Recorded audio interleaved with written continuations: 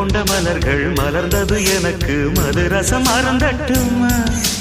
விடுகின்ற வரையில் முடிகின்ற வரையில் கவிதைகள் எழுதட்டுமா முத்தம் என்ற கடலில் முத்து குளிப்போமா அழகு